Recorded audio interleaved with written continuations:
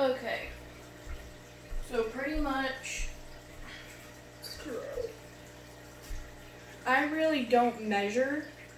I guesstimate for when I mix paints. I'm gonna do greens today because I feel like doing greens. So pretty much when you're mixing the paints, you go until you can't see the color in the bottle, if that makes any sense whatsoever.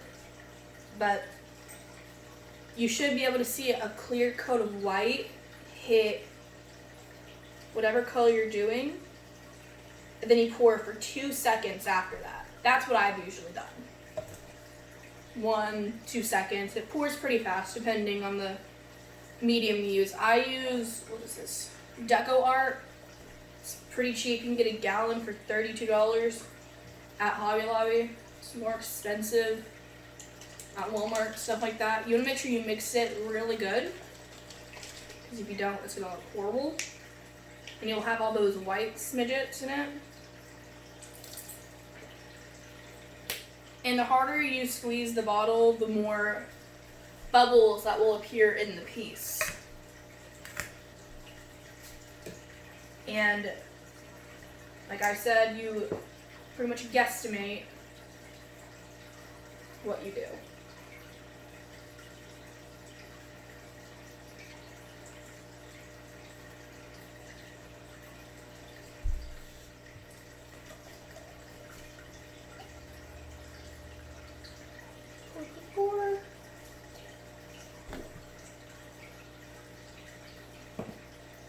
And you can reuse the bottles. That's what I do. And that helps with, recycling. And you can just get a cheap bottom of the barrel cup, solo cup, and you can use that to hold up the painting. You can put paint in the cups. You could get a little pile of paint going when you put the cup upside down, because you're always going to have excess paint in the cup. Like, that's a always guarantee. Don't know why. It just happens. It doesn't get all out. And you're going to want gloves for when you start the mixing process. Like the pouring process, I mean.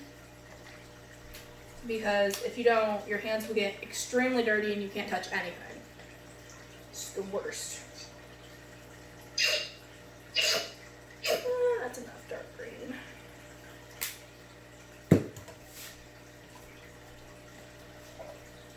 Yeah, it's pretty much this process over and over and over again. And there's different ways to do what I'm doing, this style. You can leave them in the bottles and just put it on the canvas, which I'm going to be doing later. With the black, I'm going to do a black ring. I'm going to pour another black ring, pour. It's going to look like a geode, hopefully, but with black. This has some black in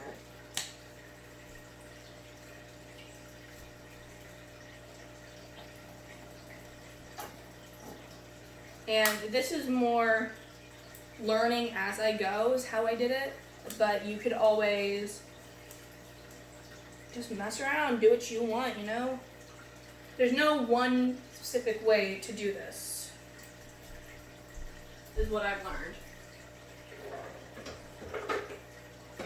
Why do I have so many pavements? Here we go. And get bottles like this to refill your blacks and whites, or if there's a color you use a lot, like orange or magenta. I think it's more magenta. Just an easy way to keep using one bottle, and you get a lot of different colors, but you don't want to mix paint in there until you're certain you're not going to want to use it for any other pouring medium. Not pouring medium, what is it? Any art style.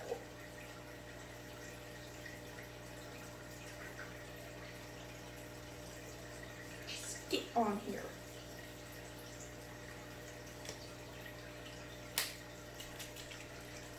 And as the amount of pouring medium you put in your acrylic, basic acrylic, depends on the thickness of the paint, depends on how it's gonna be.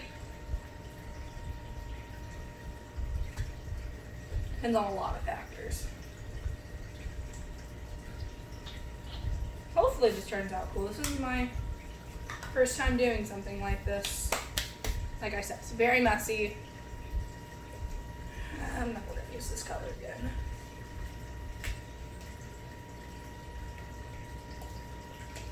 This sounds messed up already.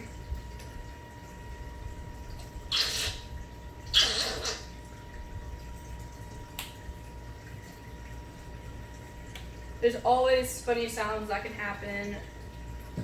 You can mix two colors together to get another color. It's your own ballpark, pretty much.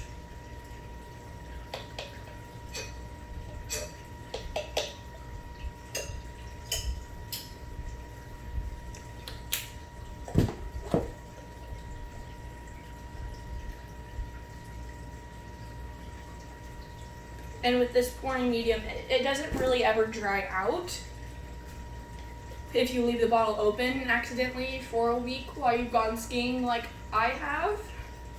But I did that with one of my older bottles that was already pretty, empty. So it does, if it's like a thin stream, it can dry out. If you get some on your hand accidentally, it's not the end of the world.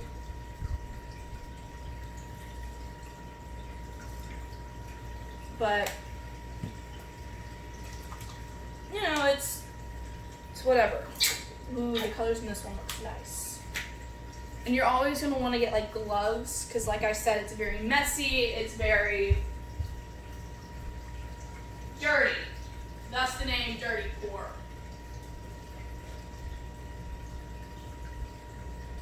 So like medical grade gloves, they're good, they work. Like these blue ones, even better. These are like, you're cutting meat type gloves.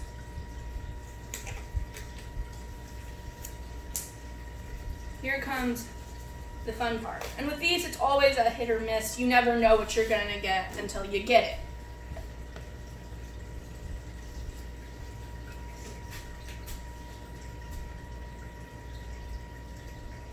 And it is a huge waste of paint. It can be, at least. And you can always add more paint as you're pouring. It's your own ballpark, pretty much.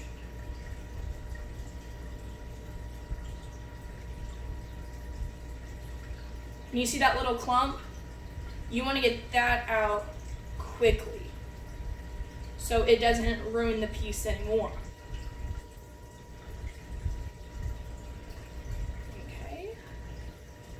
And as you're trying to finish it, you're going to notice that it takes a lot of pour because all of the paint has either gone off the canvas or found a place, but more likely than not found a place on the canvas.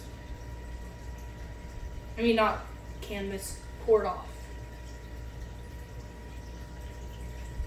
And as you do it, you're going to notice a lot of traits you don't like about it, like you didn't use one color enough, or you didn't do this, or you didn't do that, or anything like that.